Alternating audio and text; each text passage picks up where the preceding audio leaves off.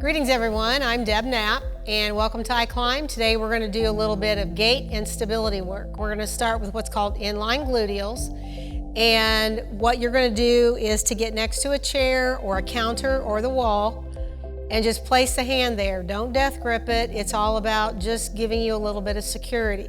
So let's start with the left foot in the back. That back foot has to be parallel to whatever surface that you're next to, whether that's a wall or a counter. Then that right foot is going to go heel to toe. Both feet have to be facing directly forward. As soon as you turn the foot, you turn the hips and take them to rotation, so they have to be forward. Pay attention to weight distribution, the balance on the parameter of the foot. As soon as you start doing this, that should tell you that you've got some instability in the feet ankles, which also means you've got some instability up the chain. So what you're going to do is this. The legs need to be straight. Make sure there's no bent knee, okay? So legs are straight, you're in knee extension. The head is upright, centered between the shoulders and over the hips, torso over the hips. Arms again are just relaxed as best you can. Again, you can put your hand here for stability. And you're going to tighten the glutes, the muscles in your rear end. You're going to squeeze and then release. And squeeze and release. Now, you have to do that without engaging the quad and without engaging the low abdominals. That'll be a challenge for some of you. Again, we want the glutes to do the firing. You're going to squeeze and release, and squeeze and release. Squeeze, release, and keep squeezing. Now, here's the other thing. If you feel like you want to pull to one side, if you're going to right, it's the lack of stability in the left shoulder and vice versa, not the other way around. Keep the head up, the torso open, the upper mid-back muscles nice and tight, all right? And you're just going to keep squeezing and releasing. Now, you may feel it in your knee, you may feel a little jerk in the hips, and that's taking out that rotation. You're going to squeeze, release. And again, I would say you probably need to do at least 15 to 20 on each side. If you need to take a break, but you're going to squeeze, release, squeeze, release. Again, pay attention. Some of you are going to notice a little foot ankle mobility. This is part of what it's for. Squeeze, release, and let's say we've already done 15, so let's do 5 more. Squeeze, and 4, again double check, no low abdominals, no quads. 3, 2, and 1, and then we're going to switch. So now again we're going to make sure that back foot is placed parallel to our surface. Left foot now is in front. Head up, over and between the shoulders, and you're going to squeeze and release. Now, if you have hip rotation, you're going to notice that one side is a lot harder, and again, you may notice that your hips want to jerk. Again, if it's harder for this foot to be in front, that's because it's the opposite way your hips want to go. In other words, they want to be back here. So you're going to squeeze and release. Squeeze, release. This is an easy one to do every day at the counter, at the kitchen sink. Again, and this is also a good one to take care of some low back issues as well as the knee. Squeeze, release. So we're going to do another 15 to 20 on this side. Pay attention to how much foot ankle stability, how balanced you feel, and then because we're going to come back to that in the end. So let's pretend we've already done 15 to 20. And let's do 3, 2, and 1.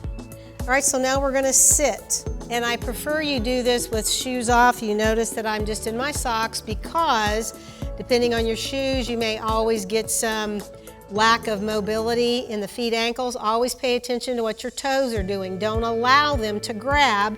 That just means your hips aren't doing what they need to be doing. So the kinetic chain, meaning from the hip to the foot, should always work as a unit. A lot of you, feet turn out, hips want to turn, knees collapse, foot wants to drop in, or you're pronated, collapse at the ankles. That whole kinetic chain needs to work as a unit, working front to back, no torque at any of those areas. So we're going to keep our feet parallel, all right? Sitting up on the edge of your chair, engaging the paraspinals, which is your core muscles, all the way from occipital ridge to your tailbone. Shoulders are back. Again, integrity in the torso and the core. We're going to slide that right foot forward. This is called foot sliding. Foot ankle mobility is what we're working here. And to make sure from the hip to the foot, there's integrity. So if you have any pronation, in other words, collapsing here, or if you've got bunion issues, or if you're supinated, this helps to balance that out. You want the toes flat and open, so even if your leg won't straighten, you need to back it up, make sure the foot is flat. In that foot, you have 5 layers and 33 bones. So that right there should tell you there should be a lot of mobility in that foot. The shorter your gait, the more you shut that down. So we want to make sure we've got good foot ankle mobility. So toes are open and flat, toes, knees, hips, all in line with one another. Now, another thing that's important with this exercise with regard to the feet flat, the alignment here, the last thing is to hold that position. You have 5 layers here. You have to allow those top layers, and you'll feel the top of that foot, you'll feel the stretch, but you're also allowing, especially if you're flat-footed or pronated, those bottom 2 layers to give you that arch back and take out any issues that you've got, and you may even feel that in the lower leg, and that's perfectly fine, but you have to hold that position long enough to make a difference. Don't get in a hurry on this one. So after we hold that, we're going to slide it back. Now when the foot comes back, I have to make sure again that the foot stays flat to the floor. Heel is down and the foot is forward. A lot of you will be here, so you're going to have to pay close attention that the toes face directly forward. Again, you're going to sit up. The knee has to stay in line here. Don't let it collapse. For a lot of you, if your feet want to turn out, as soon as you turn the heel out, the knee will want to collapse in. Hold it there. What you're feeling is those stability muscles kicking in. In other words, there's a little unwinding going on, and now those muscles are trying to stabilize this whole kinetic chain all the way from the hip to the foot. You may feel it on the back, you may feel a stretch, you may feel it in the anterior tibialis, which is the muscle that pulls that foot back that keeps you from tripping. Let that stretch, let that engage. Again, we're going to hold. You have layers that need to be addressed. Give it a chance to allow all those layers to be targeted. So you're going to hold that, and then we're going to slide that forward again. Now, one of the things I always tell people, if you feel like you got to hold it too long, then let's add some other things. So we can do a little bit of upper body work. So as we're holding that, let's do some back shoulder rolls. When you do the back shoulder rolls, the rib cage should tilt backwards and down, opening the top of the chest. That keeps you more upright. That also lowers your center of gravity, which is part of what keeps you from falling. The more forward you are, the higher your center of gravity. So we've got to take this back to neutral, drop that center of gravity, and keep you from going forward. So we're going to just do some shoulder rolls while we're holding it, shoulders down and back. You may feel a pull across the back. That's perfectly fine. Again, even in this position the second time, you probably are going to feel like that it's looser than it was the first time. And again, you're just going to hold that. Sometimes in this one, just know that you may feel like, especially if you're not used to having your toes flat, that you get a cramp. That's normal. Just keep playing with it. Wiggle those toes, especially if you have toes that want to curl. Wiggle, open those up. Those feet, those toes are supposed to push off.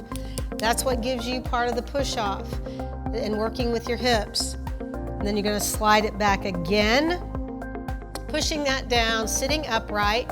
Again, we can do some back shoulder rolls. We're going to hold that position. And we're going to roll it back. And when you roll it back and down, hold that. Teach those muscles in the upper mid-back. This is where you're supposed to be to hold the shoulders and the head in position. The chin needs to be up. That also helps your voice and your swallowing. Just going to hold that, let that stretch. And again, you may feel it differently now the second time than where you did the first time. And again, that's part of the unwinding and the stability process. All those layers have to be released or activated, especially in stability mode. And we're going to slide it forward one more time.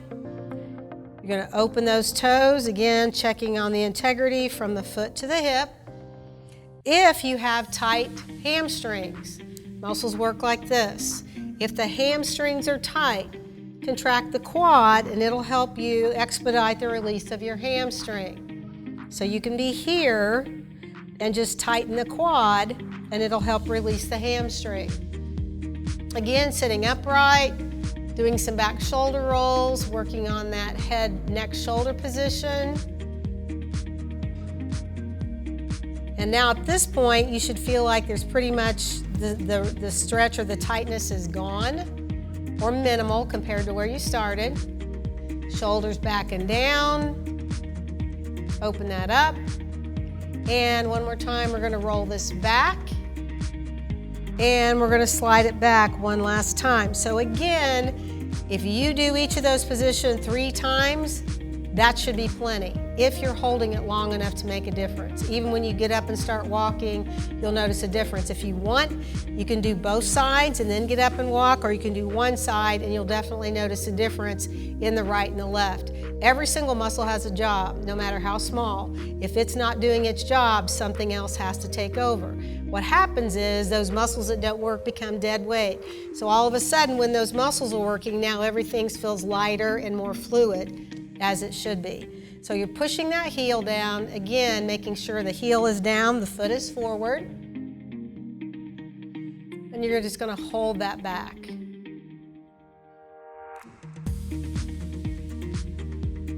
And then we're gonna bring this to neutral. Now, we're gonna do the other side, although I'm not gonna do the other side, but you are, and we're gonna move into the next segment. So we started at the feet, we're gonna work our way up.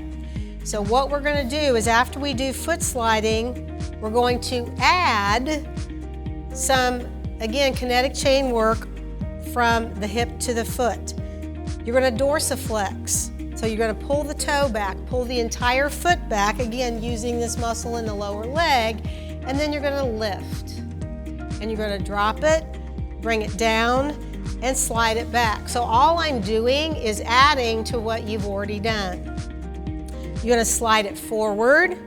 Again, open and flat, dorsiflex, straight leg as best you can without leaning back. And make sure you're not leaning sideways, you're gonna lift, lower, and drop it back. Now, if the leaning is an issue and you have lack of stability, you can hold on to that chair. That's not a problem, as long as you really work on making your torso do the work.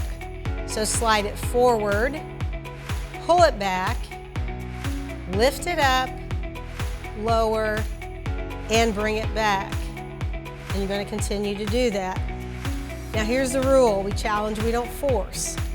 So if you need to take a break, take a break.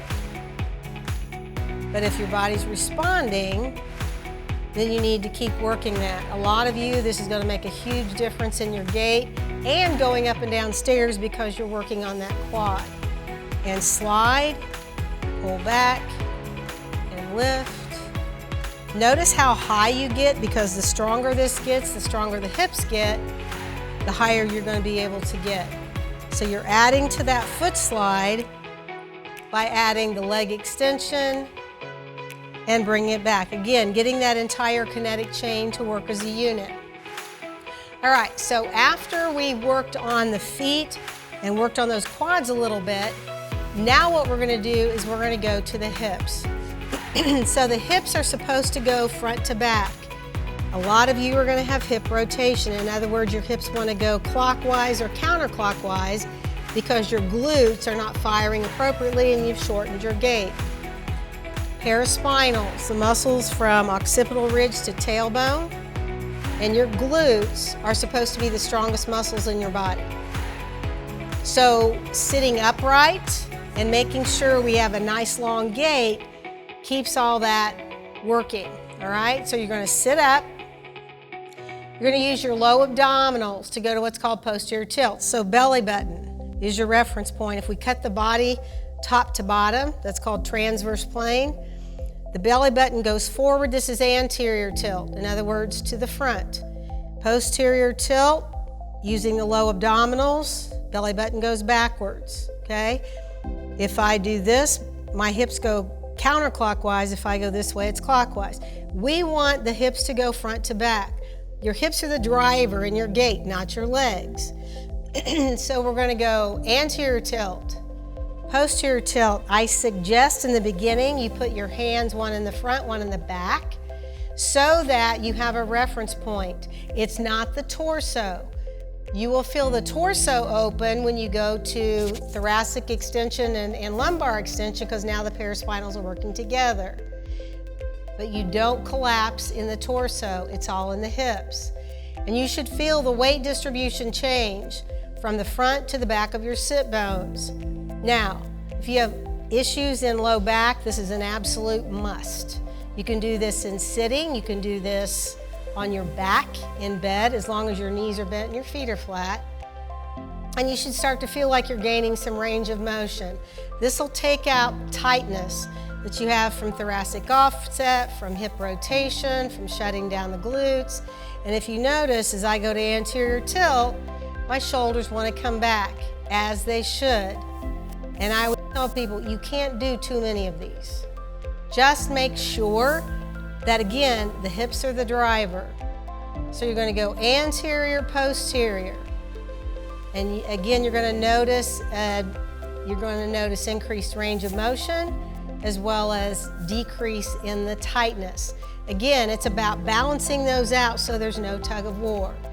So let's do 4 more each direction. Let's go back and open, and 2, and open, last 2, and open, and back, and open. All right, so now we're gonna stand up. So again, we have worked the entire kinetic chain. We're gonna stand back up. If you need to, use your hands, try not to lean. Again, your hips are the driver. Do not bring your feet under the chair. Momentum will take you forward. That's setting yourself up for a fall. The weight goes into the heels. If you need to, give yourself a little bit of priming on the hips, but you're gonna drive through the hips and you're gonna stand up, all right? So now we're gonna go back and we're gonna do more inline gluteals to see if you notice any changes. So 1 foot, let's say right this time, left foot in front. Again, head centered between the torso, and you're going to squeeze, release on the glutes. Squeeze, release. Squeeze, release. And let's do that 12 to 15 times, and then we're gonna switch.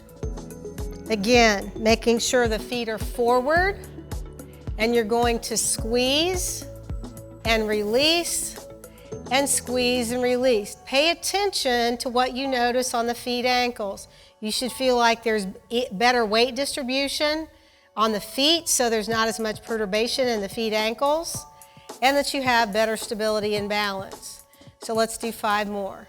5, 4, 3, 2, and 1.